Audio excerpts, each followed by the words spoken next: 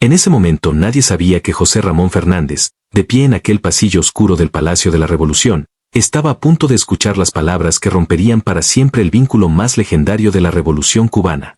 Era marzo de 1965.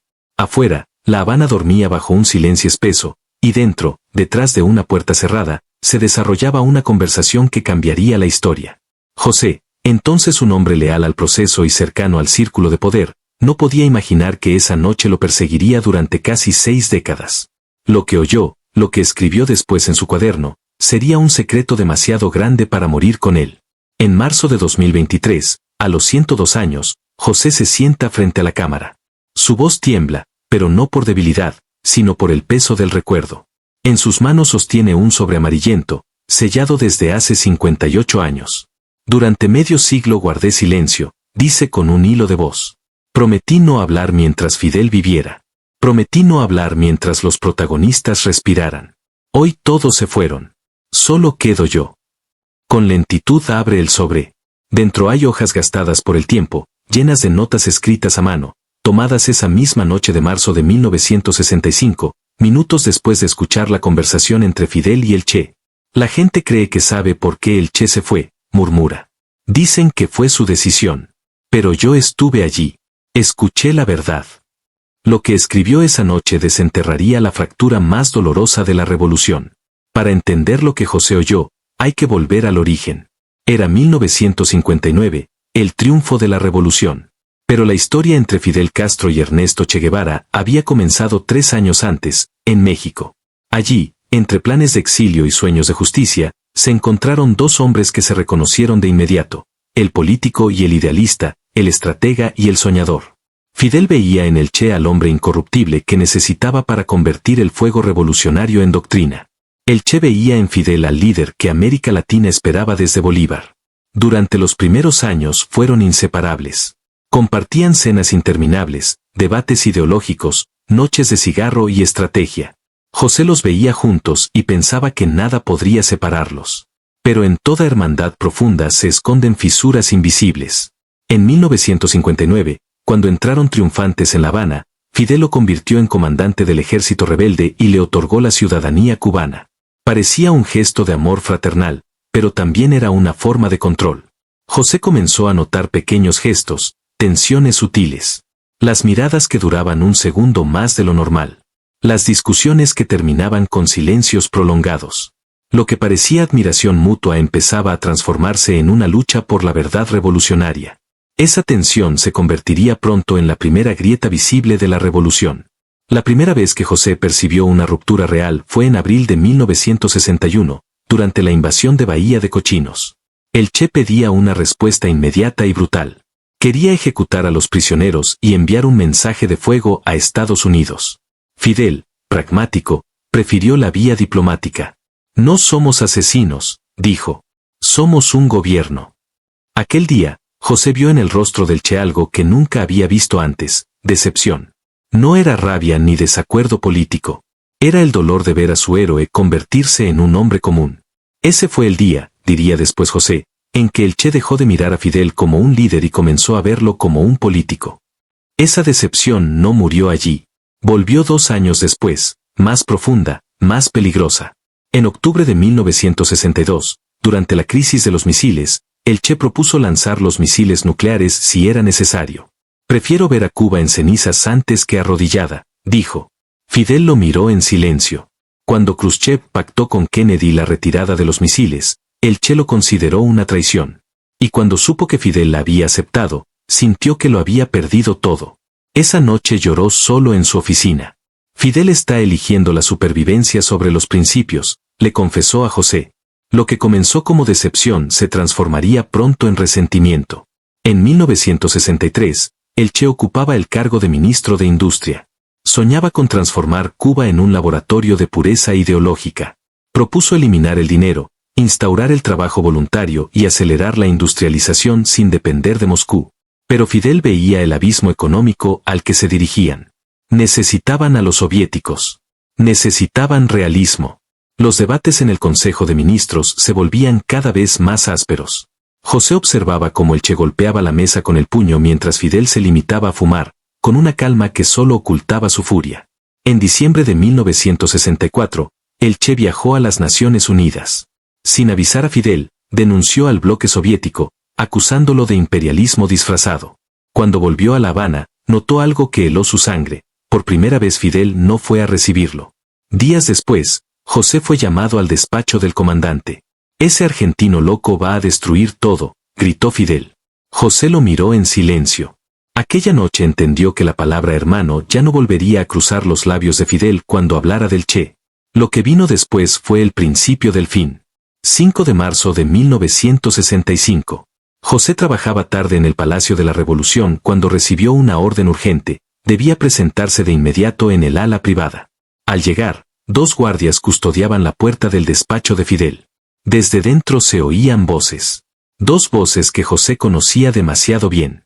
Los guardias le dijeron que esperara, que la reunión se prolongaba. Permaneció de pie en el pasillo, inmóvil, mientras las voces subían de tono. Algo dentro de él le dijo que esa conversación debía quedar registrada. Sacó de su bolsillo un cuaderno pequeño y comenzó a escribir. Lo que escuchó no fue una discusión política. Fue el derrumbe de una amistad.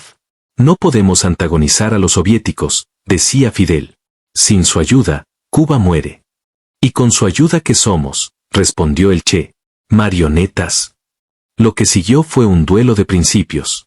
Fidel hablaba de supervivencia. El Che hablaba de pureza. 2 hombres, 2 visiones del mismo sueño, chocando sin posibilidad de reconciliación. José escribió cada palabra temblando. Sabía que el destino de Cuba estaba cambiando esa noche. Lo que escuchó después superaría todo lo imaginable. La conversación dentro del despacho se volvió cada vez más intensa. Fidel intentaba sostener su postura, apelando a la lógica del poder. «Hicimos la revolución para gobernar», decía. Pero el Che lo interrumpía. «No, Fidel. La hicimos para cambiar el mundo, para destruir el imperialismo en todas sus formas». La voz de Fidel se quebró apenas. «Estoy harto de tu purismo, Ernesto. Prefieres morir por tus principios antes que mantener viva la revolución». José escuchaba, inmóvil, mientras el aire del pasillo se volvía denso, casi insoportable. «Y tú», respondió el Che, «prefieres el poder a los principios. Te enamoraste del trono». Esa fue la frase que cortó el alma del comandante. Por primera vez, su voz tembló. «Eso piensas de mí», alcanzó a decir. Y el Che, con una calma triste, contestó, «Eso veo». José comprendió que presenciaba algo irreparable. No era una discusión de política exterior ni de estrategias militares. Era el final de una hermandad nacida en la montaña, sellada en la guerra, destruida por el orgullo. Pero el Che aún tenía una última palabra que lo cambiaría todo. Fidel respiró hondo. «Entonces, dime, Che, ¿qué quieres hacer?». Hubo un silencio. Luego, la respuesta que sellaría el destino de ambos: «Quiero irme». Fidel rió, incrédulo. «¿Irte? ¿A dónde?». «Al Congo», dijo el Che. «Allí comienza otra revolución. Necesitan líderes, y yo ya no puedo quedarme aquí». Fidel caminó por la habitación, intentando mantener la compostura. «¿Por qué no puedes quedarte a construir esta revolución?». El Che respondió sin vacilar: «Porque ya no es mía, Fidel. Es tuya. Y ya no la reconozco». José apretó su cuaderno contra el pecho. A través de la puerta escuchó cómo el tono de ambos bajaba, como el silencio se estiraba entre frases contenidas. «Si te vas», dijo Fidel, «no habrá vuelta atrás». «Lo sé», respondió el Che. «Renuncio a todo». La voz de Fidel se endureció. «A tu ciudadanía, tus cargos, tu salario». «Renuncio a todo», repitió el Che. En el pasillo, José sintió que el aire se detenía. Era la separación definitiva de 2 mundos, 2 hombres que habían nacido en la misma llama y ahora ardían por separado. Fidel aún tenía una última condición que sellaría su destino compartido. Fidel permaneció en silencio unos segundos antes de hablar. «Está bien. Vete al Congo, pero hay condiciones». El Che no respondió. Fidel continuó: «Escribirás una carta. Una carta pública, renunciando a todo, a tu cargo, a tu ciudadanía. Pero yo decidiré cuándo se hará pública». Hubo una pausa. «¿Por qué?», preguntó el Che. «Porque si mueres allá, esa carta protegerá tu legado. Mostrará que te fuiste por decisión propia, no porque te exilié». José anotó cada palabra. En el silencio posterior imaginó a los dos hombres frente a frente, mirándose con el peso de una historia que se desmoronaba. «¿O la usarás para controlarme?», replicó el Che. Fidel no respondió. «Está bien», dijo al fin, «escribiré tu carta». En ese instante, José sintió que algo más que una amistad se rompía. Era el pacto de la revolución. Era el final del sueño compartido en la Sierra Maestra. Pero aún faltaba escuchar lo más humano de aquella despedida. El silencio posterior fue largo, pesado, casi insoportable. José creyó que la conversación había terminado hasta que escuchó pasos. Fidel habló primero. «Che, hermano, no te vayas.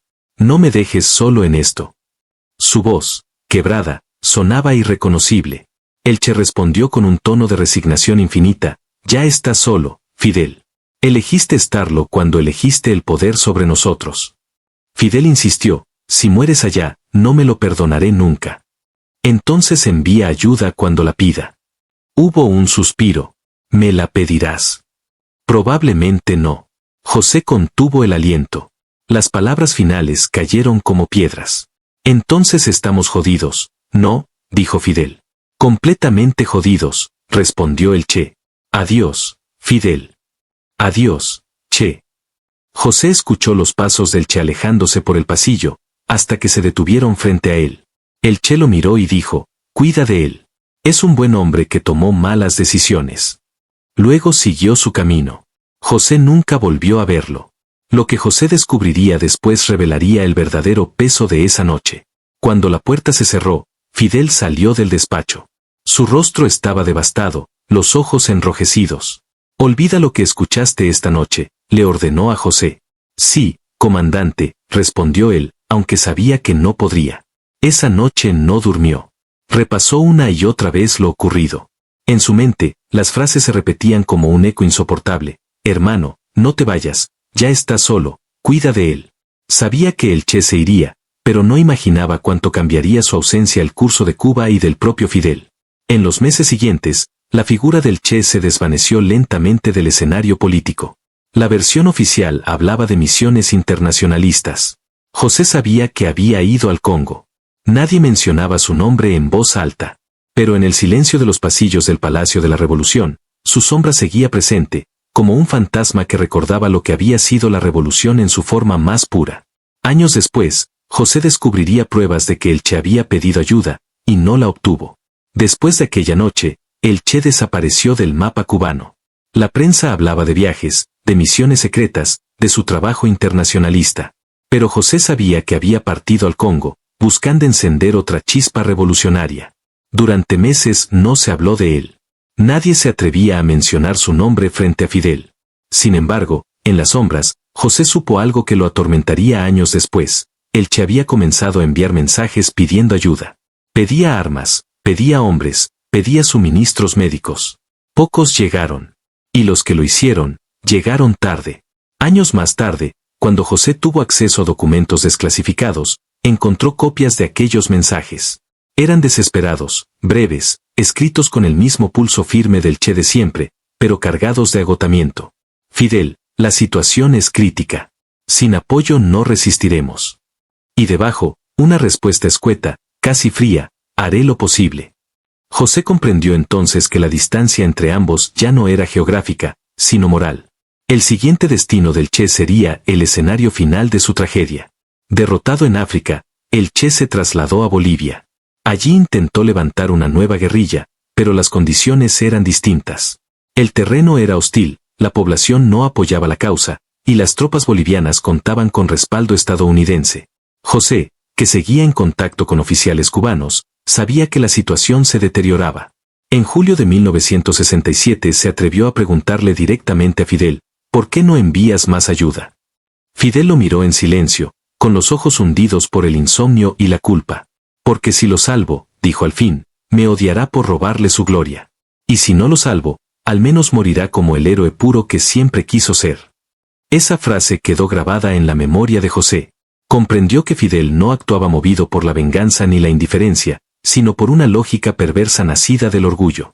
Quería conservar al Che como símbolo, no rescatarlo como hombre.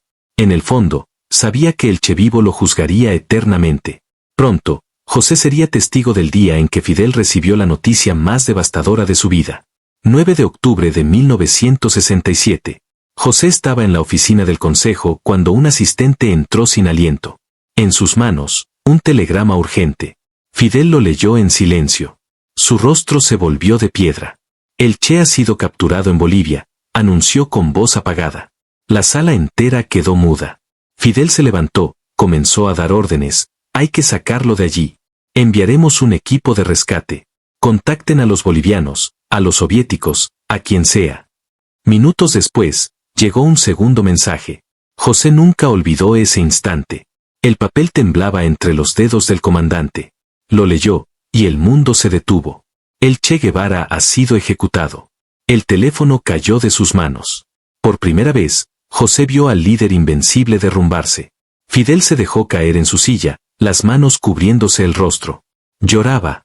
No con lágrimas de un político, sino con el dolor de un hermano que comprende que ha perdido algo irrecuperable. Esa noche, Fidel pronunció una frase que José jamás olvidaría. Los asistentes salieron discretamente, dejando a Fidel solo. José se quedó unos minutos fuera de la puerta. Escuchó un sollozo ahogado y luego, la frase que lo marcaría para siempre: lo maté. Yo lo maté. Pude haberlo salvado y no lo hice. Esa confesión, lanzada al vacío, no estaba destinada a nadie, pero José la escuchó con claridad. Al día siguiente, Fidel apareció frente a las cámaras. Anunció la muerte del Che con voz firme, aunque los ojos delataban la tormenta interior. Leyó la carta que el Che había escrito 2 años antes, aquella carta que había guardado desde 1965. Mientras la leía, José notó cómo la voz se quebraba en ciertas palabras, como el comandante luchaba contra sí mismo para no mostrarse humano ante su pueblo. En ese instante, José comprendió que la traición de Fidel no había sido política, sino emocional. No lo había abandonado por cálculo, sino por orgullo. Pero lo más doloroso aún estaba escondido, sellado en los archivos personales de Fidel. Décadas después, tras la muerte de Fidel en 2016, Cuba comenzó a abrir lentamente sus archivos. José, ya anciano, recibió autorización para revisar documentos sellados durante medio siglo. Entre carpetas polvorientas encontró algo que lo paralizó.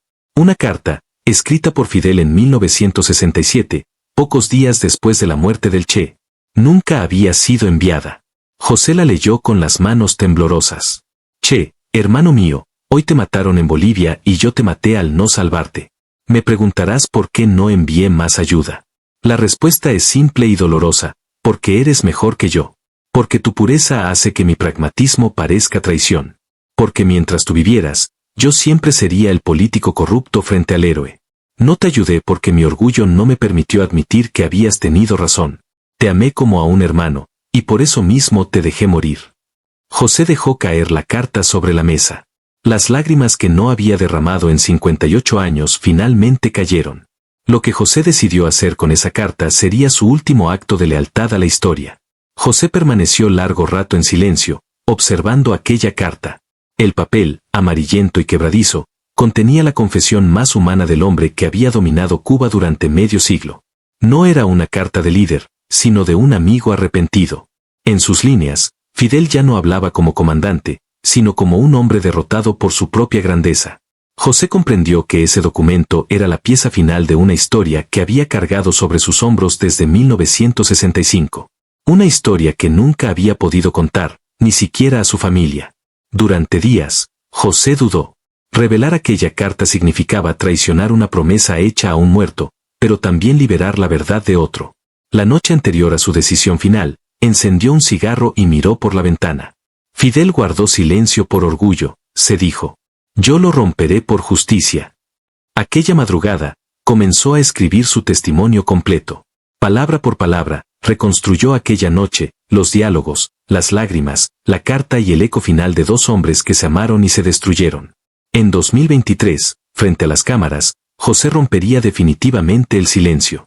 Marzo de 2023. La Habana. José Ramón Fernández, con 102 años, se sienta frente a la cámara.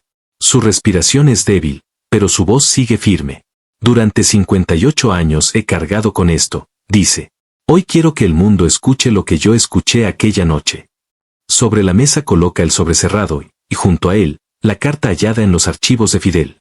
Su nieto le alcanza agua, pero él no la bebe. Mira directamente al ente y comienza su relato. Durante 3 horas, José cuenta la historia completa, la amistad, la fractura, la discusión, la despedida. Lee fragmentos de la carta de Fidel, con voz quebrada. Te amé como a un hermano y por eso te dejé morir. Cuando termina, guarda silencio. La historia necesita saber la verdad humana, dice finalmente.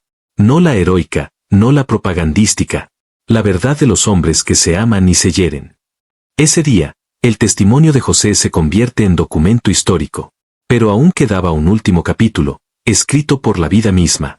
José murió menos de un año después, el 6 de enero de 2024, a los 103 años. En su funeral, entre las coronas y las banderas, ocurrió algo inesperado. Los hijos del Che estaban allí. También Aleida March, la viuda del guerrillero, ya anciana, apoyada en un bastón.